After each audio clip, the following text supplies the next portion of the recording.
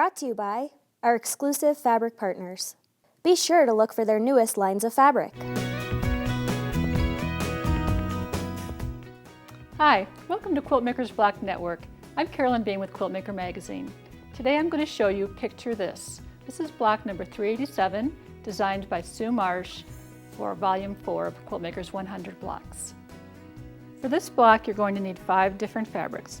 You need one for the picture frame, one black solid for the block corners, a print or tone-on-tone for your block background, a novelty print or busy floral or something that has a lot of movement to it for the block center, and then this is a tone-on-tone that you're going to surround the block with. You can find all the cutting to the right of your screen. If you'd like to write these dimensions down, you can pause the video now. You're going to use stitch and flip to make the units for this block.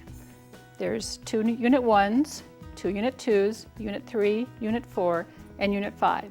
And just a little refresher on stitch and flip, you'll place a patch in the corner of the patch you're going to be sewing to, stitch a diagonal line, trim off the outside just like this, and flip the corners up. You'll do that for all the corners on all the stitch and flip units.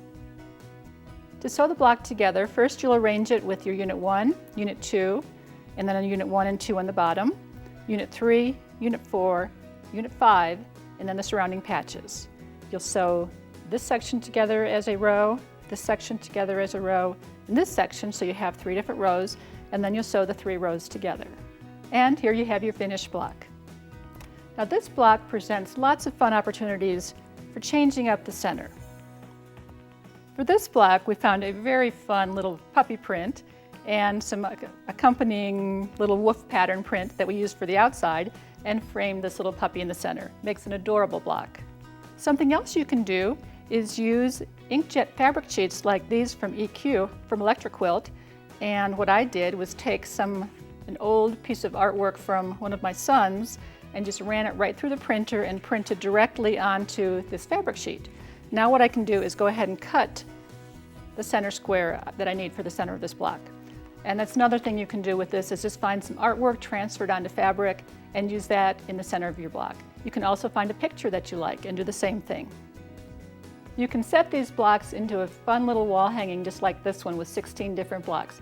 You can make it look like a photo gallery in your house. You can find Picture This and 99 other fantastic blocks in Quiltmaker's 100 Blocks Volume 4. Thanks for joining us on Quiltmaker's Block Network. I hope to see you next time. Thanks for joining us on Quiltmaker's Block next time. Nope. Oh, oh, I know.